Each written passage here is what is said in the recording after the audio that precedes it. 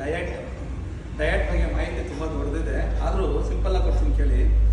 Diet ಅನ್ನೋದು ತುಂಬ ಜನ ಗೊತ್ತೇ ಇರಲಿಲ್ಲ, ಆಲ್ಮೋಸ್ಟ್ ಇನ್ಕ್ಲೂಡ್ ನನ್ನ ಸೇರಿಸೆ ಗೊತ್ತಿರಲಿಲ್ಲ. ಬಟ್ ಡಯಟ್ ಬಗ್ಗೆ ತಿಳ್ಕೊಂಡಾದ್ಮೇಲೆ ಡಯಟ್ ಅಂದ್ರೆ ಏನು ಅಂತ ಗೊತ್ತಾಯಿತು. ಹಾಗಾಗಿ ಸಿಂಪಲ್ ಆಗಿ ಹೇಳ್ತೀನಿ, ಡಯಟು ನಾವು ಏನು ತಿಂತೀವಿ ಫುಡ್ಡು, ಅದನ್ನ ಆಹಾರ ಪದ್ಧತಿನ ನಮಗೆ ಏನೇನು ಬೇಕು ಅಂದ್ಬಿಟ್ಟು ಆರಿಸ್ಕೊಂಡು ತಿನ್ನೋದೇ ಡಯಟ್. ಸಿಕ್ಕಿದ್ನೆಲ್ಲ ತಿನ್ನೋದು ಡಯಟ್ ಅಲ್ಲ.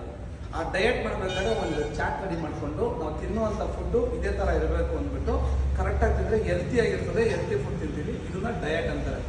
ಫಸ್ಟ್ ಇದ್ದದ್ದು ಡಯಟ್ ಬಂದ್ಬಿಟ್ಟು ಡಯಾಬಿಟಿಸ್ ಬಂದಿರೋರಿಗೆ ಡಯಟ್ ಫುಡ್ ಮಾಡಿ ಅಂತ ಡಾಕ್ಟರ್ ಸಜೆಷನ್ ಮಾಡ್ತಾ ಇದ್ರು. ಇವಾಗ ಜಿಮ್ಗೆ ಹೋದ್ರೆ ಜಿಮ್ಮಲ್ಲಿ ಪ್ರತಿಯೊಬ್ಬರಿಗೂ ಸಜೆಷನ್ ಮಾಡ್ತಾರೆ. ಬಟ್ ಕೆಲವರು ಡಯಟ್ನ ಸಜೆಷನ್ ಮಾಡಿದ್ರೆ ಚಪಾತಿ ತಿಂದಿ ಅಂದರೆ ಚಪಾತಿ ಜೊತೆಗೆ ಗೋಬಿ ಮಂಚೂರಿ ನಂಚ್ಕೊಂಡು ತಿಂತಾರೆ. ಈ ಥರ ಡಯಟ್ ಎಲ್ಲ ಮಾಡ್ತಾರೆ, ಅದು ಡಯಟ್ ಆಗಲ್ಲ.